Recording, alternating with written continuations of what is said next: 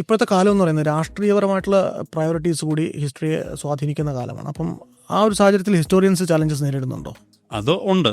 ഇപ്പം ഞാൻ before we started shooting ഞാൻ പറഞ്ഞല്ലോ, ഞാൻ കഴിഞ്ഞ വർഷം തോന്നുന്നു ഒരു ഇൻസ്റ്റാഗ്രാമിൽ ഒരു റീൽ ഡിലീറ്റ് ചെയ്യേണ്ടി വന്നു. അത് ഞാൻ ഇതുപോലെ ഒരു കോൺവെർസേഷനിൽ പോയതാണ്, ഇംഗ്ലീഷിലുള്ള ഒരു ബാംഗ്ലൂരിലുള്ള ഒരാളുമായിട്ട്.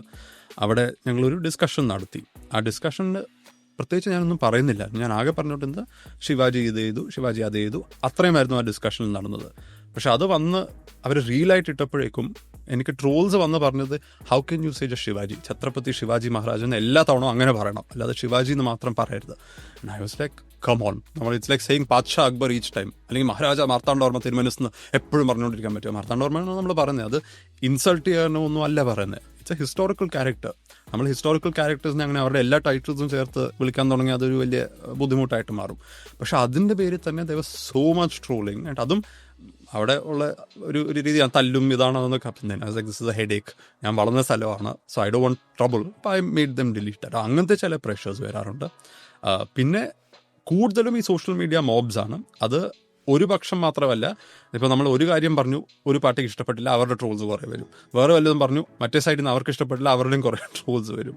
ഐ റിമെമ്പർ ഇപ്പം ഫേസ്ബുക്കിൽ ഓൾമോസ്റ്റ് ഒരു വീക്കിൻ്റെ ഗ്യാപ്പിനകത്ത് ഐ സോ പോസ്റ്റ് വെയർ ഒരാൾ എന്നോട് അവരുടെ പോസ്റ്റിൽ പറഞ്ഞു ഞാൻ ഇടതുപക്ഷ ഹിസ്റ്റോറിയൻ ആണെന്ന്.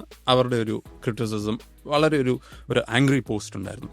And almost a week later friend mention to എനിക്ക് സ്ക്രീൻഷോട്ട് അയച്ചെന്ന് തോന്നുന്നു. യൂട്യൂബിൽ ആരോ, ഞാൻ വേറെ എന്തോ പറഞ്ഞതിനകത്ത് ആരോ എഴുതിക്കുന്നു, ഓ ഇവന് BJP അടുത്ത ഇലക്ഷന് സീറ്റ് കൊടുക്കാൻ പോവാണെന്നൊക്കെ അവർ കമൻറ്റ് ഇട്ടിട്ടുണ്ട്. ഒരു വീക്കിൻ്റെ ഗ്യാപ്പിനകത്ത് I was called both pro BJP and pro left. Because നമ്മൾ പറയുന്ന രീതിയിൽ if it doesn't sit well with certain ideologies, അതിൻ്റെ പേര് ആവശ്യത്തിന് പ്രഷർ അങ്ങനെ വരാറുണ്ട്.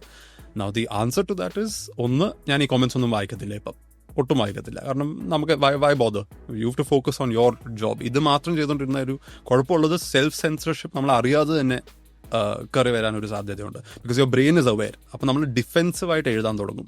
ഓ ഇതിങ്ങനെ എഴുതിയാൽ അത് ആൾക്കാർക്ക് കുഴപ്പമാകും, അതുകൊണ്ട് let me rephrase it this way എന്നുള്ള ഒരു കുഴപ്പം വരും. So it's better to ignore all of that and keep doing your best.